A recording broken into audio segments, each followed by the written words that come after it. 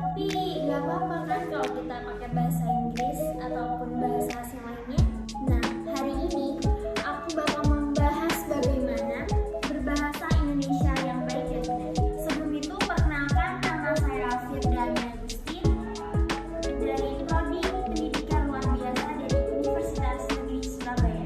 Menurut kalian, kita sebagai anak muda bangsa perlu nggak sih untuk mencintai bahasa kita, bahasa Indonesia? Tentu perlu dong.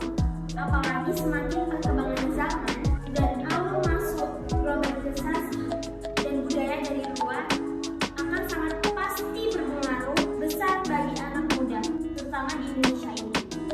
Menurut Alwi di KK tahun 2010 menerangkan bahwa penggunaan bahasa Indonesia yang baik dan benar adalah merupakan suatu keharusan bagi rakyat Indonesia seperti yang tertuang dalam Peraturan Presiden Republik Indonesia Nomor 63 Tahun 2019 tentang penggunaan bahasa Indonesia.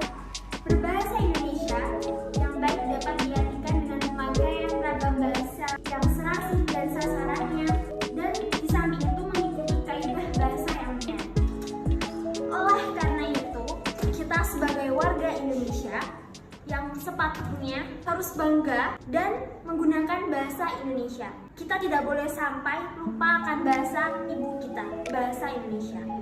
Di sini, aku akan memberikan beberapa tips kepada kalian untuk bagaimana berbahasa Indonesia yang baik dan benar. Dengan baik-baik ya.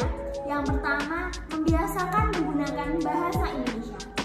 Bahasa Indonesia yang baku kadang bisa menimbulkan kesan yang kaku dan janggal kalau kita gunakan berkomunikasi dengan santai dengan teman, ya enggak sih? Tapi penggunaan bahasa Indonesia yang baku bisa mengajarkan kita bahwa ada cara yang tepat untuk mengucapkan atau menggambarkan sesuatu menurut bahasa kita sendiri. Kalian bisa memperhatikannya ketika seseorang berbicara kepada formal ataupun kepada orang yang kalian baru kenal ataupun ke orang tua. Yang kedua, yakni mempelajari definisi dan penggunaannya.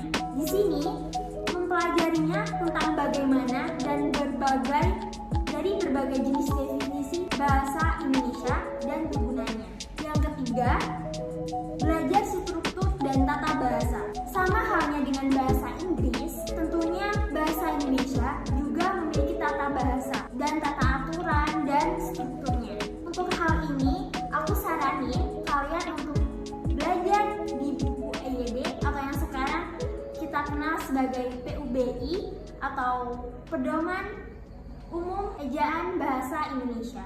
Dan yang terakhir adalah cara membiasakan diri dengan menggunakan bahasa Indonesia di kehidupan sehari-hari. Dan yang terakhir adalah dengan membiasakan diri menggunakan bahasa Indonesia di kehidupan sehari-hari. Selain kita menggunakan dan mempelajarinya dari pengetahuan,